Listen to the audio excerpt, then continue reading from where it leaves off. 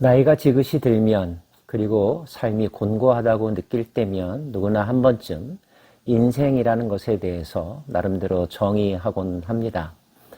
욥도 마찬가지였습니다. 14장에서 그는 자신의 마음을 하나님께 토로합니다. 논쟁 또는 변론이라고 하기보다는 하나님 앞에서 인간으로서 털어놓는 하소연과 같은 거라고 볼 수가 있는데요. 여인에게서 태어난 사람은 생애가 짧고 걱정이 가득하며 그는 꽃과 같이 자라나서 시들며 그림자같이 지나가며 머물지 아니하거늘. 3인칭 그라고 하는 단어를 사용하면서 욥은 인생을 이야기하고 있습니다. 여인에게서 태어난 사람, 모든 인간은 다 여인에게서 태어나죠. 인생이란 이렇게 말하고 싶다는 것입니다. 생애가 짧고 걱정이 가득하다 했습니다. 모세는 강건하면 80이라고 시편에서 우리에게 알려주고 있죠. 길다면 길지만 짧다면 한없이 짧은 것. 게다가 우주의 시간과 영원이라고 하는 하나님의 시간과 비교하면 점과 같은 것이 인생입니다. 그나마 그 인생은 고난, 고통으로 가득하다는 것이 욥의 고백입니다. 걱정과 근심, 불안과 염려에서 한시도 자유롭지 못한 것이 인생이다라는 생각이 들 때가 우리에게도 있지 않습니까? 꽃과 같이 자라서 시들며 그림자같이 지나가며 꽃은 아름답지만 화무 11홍이라 했습니다. 얼마 가지 않아 그 아름다움이 사라진다는 거죠. 그림자도 해가 있을 때뿐이지 해가 지고 나면 온데간데 없이 사라집니다. 유한하다는 것을 말하고 있습니다. 이와 같은 자를 주께서 눈여겨보시나이까? 나를 주 앞으로 이끌어 재판하시나이까? 이렇게 보잘것없고 유한한 존재인데 하나님 뭘 그렇게 세세하게 들여다보시고 간섭하십니까? 이미 앞에서도 그가 한번 했던 이야기입니다.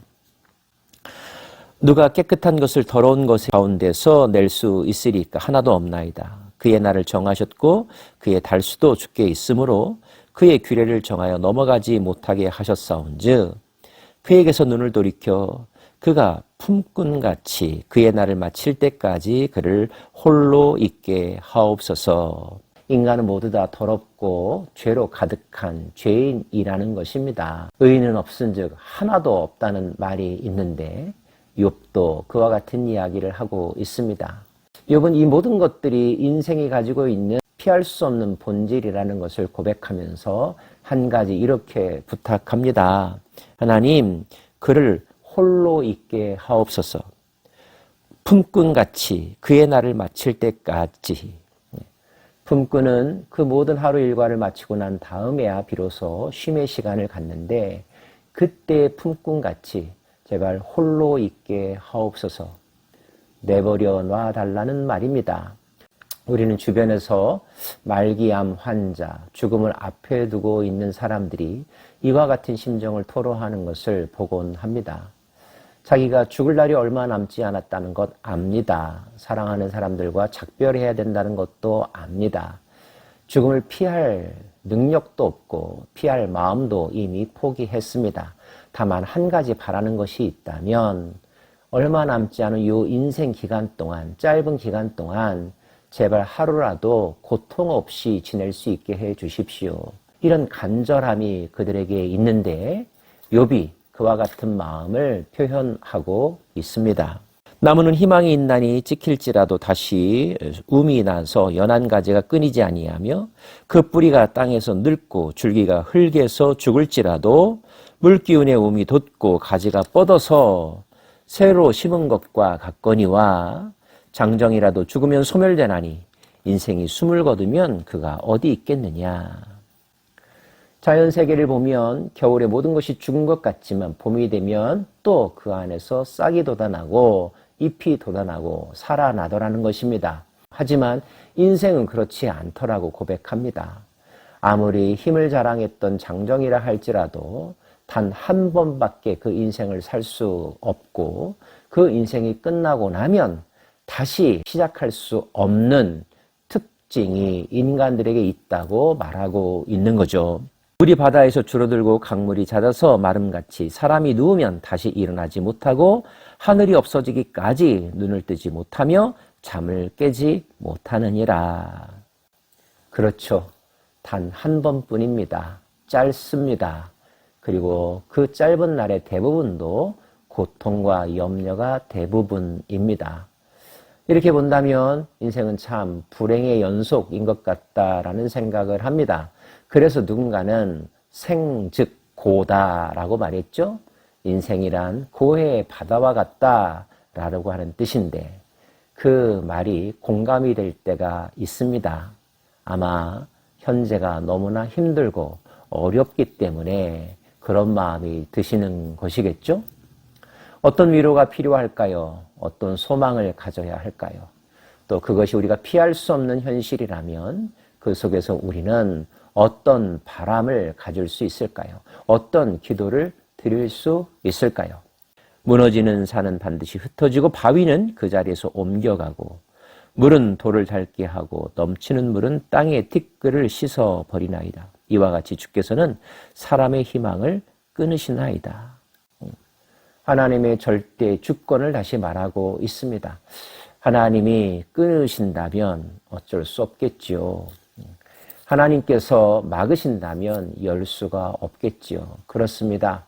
우리는 연약한 피조물에 지나지 않습니다. 아침 안개와 같고 먼지와 같은 존재입니다. 라고 말하고 있습니다. 주께서 사람을 영원히 이기셔서 떠나게 하시며 그의 얼굴 빛을 변하게 하시고 쫓아내시오니 그의 아들들이 존귀하게 되어도 그가 알지 못하며 그들이 비천하게 되어도 그가 깨닫지 못하나이다. 다만 그의 살이 아프고 그의 영혼이 애곡할 뿐이니이다. 있다가 사라지는 존재, 고통 속에 하루하루 살아갈 수밖에 없는 존재. 이러한 이야기를 욥이 하나님께 토로함은 어떤 심정이기 때문일까요? 하나님을 원망하는 마음일까요?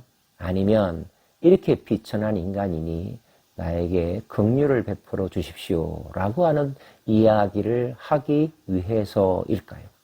욥이 한때 잘 나갈 때 부자였고 형통하고 주변 사람들이 그를 부러워하고 그의 부가 영원할 것 같았던 때도 있었습니다. 지금은 정반대의 상황을 맞이한 거죠.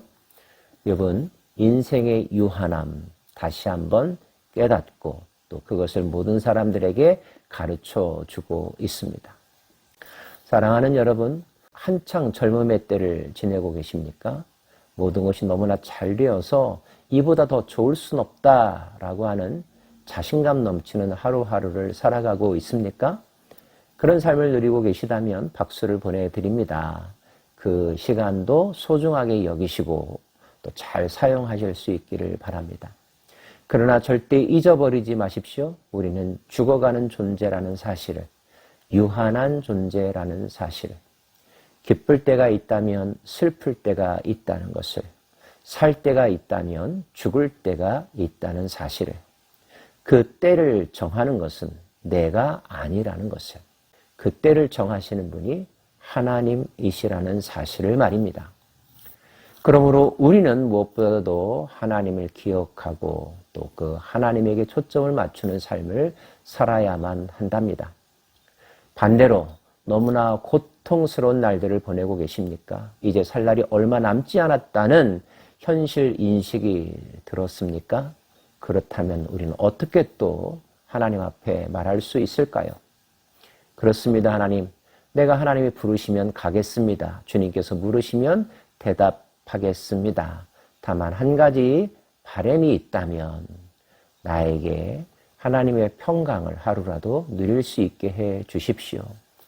하나님이 허락하시면 가능하지 않습니까? 그것을 바랄 수밖에 없는, 간청할 수밖에 없는 저는 인간, 흙, 아담입니다. 하나님, 나를 불쌍히 여겨 주십시오. 하나님 그 기도를 들으시고 또 그 기도에 합당하게 응답해 주지 않으실까요? 그 대답을 기다리며 사는 것, 이것이 우리의 남은 인생일 것입니다. 그 인생, 저와 여러분에게 의미 있는 하루하루이기를 원하고요. 꼭 주님의 답을 찾는 날이 있기를 간절히 소망합니다. 기도하십시다.